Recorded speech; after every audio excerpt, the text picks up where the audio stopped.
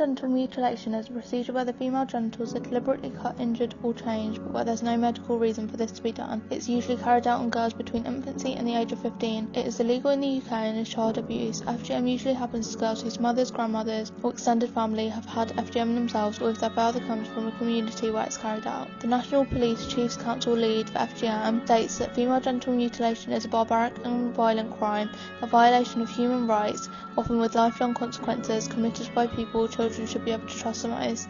This is similarly agreed by Justice Philippa Whipple. FGM is said to be carried out for a number of reasons. FGM is carried out as a way to control a woman's sexuality. It is thought to ensure virginity before marriage and fidelity afterwards, and to increase male sexual pleasure. FGM is seen as part of a girl's initiation into womanhood and an intrinsic part of the community's cultural heritage. This relates to honour-based violence.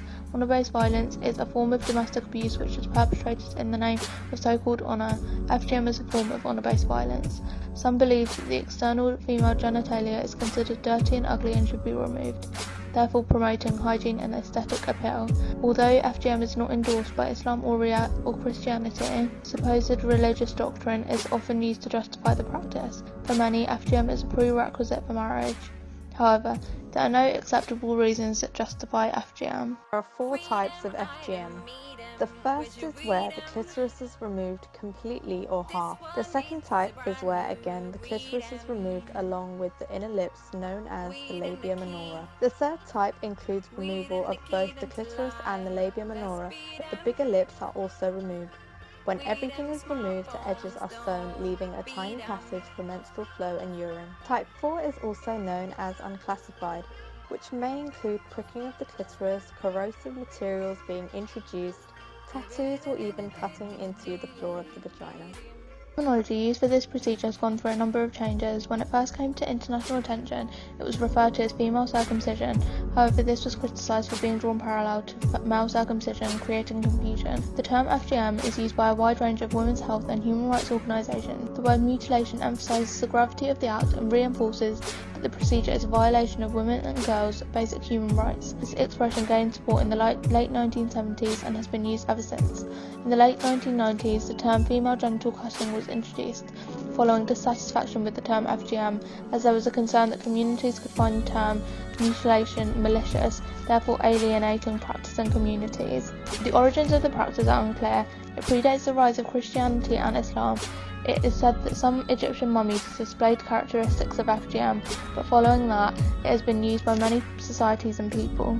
FGM is illegal in the UK. It is an offence to perform FGM, including taking a child abroad for FGM, help a girl perform FGM on herself in or outside of the UK, help anyone perform FGM in the UK, help anyone perform FGM outside of the UK on a UK national or resident, or fail to protect a girl for who you are responsible from FGM. Prohibition of Female Circumcision Act 1985 made it an offence to perform FGM on children and adults. Female Genital Mutilation Act 2003 made it an offence to arrange FGM outside the country for British citizens and permanent residents, even if the country FGM is performed in is legal. Section 70 to 75 of the Serious Crimes Act 2015 helps stop FGM and protects victims. The Act extends the reach so FGM applies to habitual as well as permanent UK residents, introduces a new offence of failing to protect a girl from risk of FGM, grants lifelong anonymity to victims, brings in a civil FGM protection order to protect potential victims, and introduces a duty on professionals to notify the police of known cases of FGM carried out on a girl under 18. Anyone who performs FGM or takes a child out of the UK to be cut can face up to 14 years in prison, and anyone found guilty of failing to protect a girl from FGM can face up to 7 years in prison. Statistics show that there is an estimation of 137,000 women and girls who are victimised by FGM in UK and Wales, as per the prevalence of FGM in UK and Wales, National and Local Estimates 2015. NSPCC have stated to respond over 2,100 contacts about FGM since June 2013, which have also resulted in a referral to the police or children's services. NSPCC have also provided a dedicated helpline in June 2013 for anyone concerning FGM. Since July 2015, 205 female genital mutilation protection orders have been made to safeguard girls from female genital mutilation. Over 100 girls were identified as having or were having treatment for FGM in England in 2015 to 2016, as per the Health and Social Care Information Centre 2017 on FGM. An estimation of areas where FGM is performed in UK is mostly in London, which could be due to a larger population or cultural influences in those areas. The first prosecution under the new Female Genital Mutilation Act of 2003 was that of Dr. Damascena and other, where the young doctor was charged with committing FGM following an incident involving stitching up a mother after the birth of her first child.